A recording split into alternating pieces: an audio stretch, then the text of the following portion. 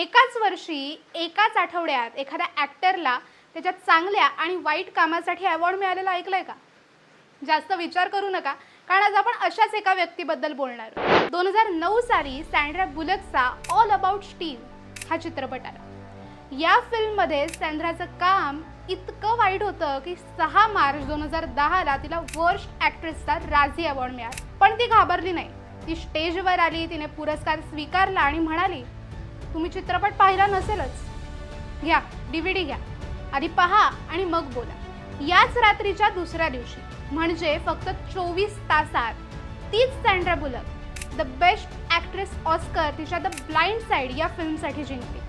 The blind side या फिल्ममध्ये ती ली अँन टू ही बनली होती, एक अशी आई जिने एका काळ्या मुलाचं आयुष्यच बदललं। ही फिल्म खऱ्या आयुष्यावर आधारित होती।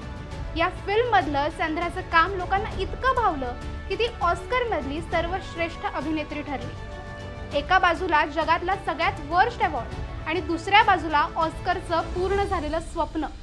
राझी आणि ऑस्कर एकाच वर्षी एकाच ॲक्ट्रेसला एकाच आठवड्यात, हा इतिहासातला पहिलाच प्रसंग होता आणि आहे। तुम्ही हे चित्रपट पाहिलेत का?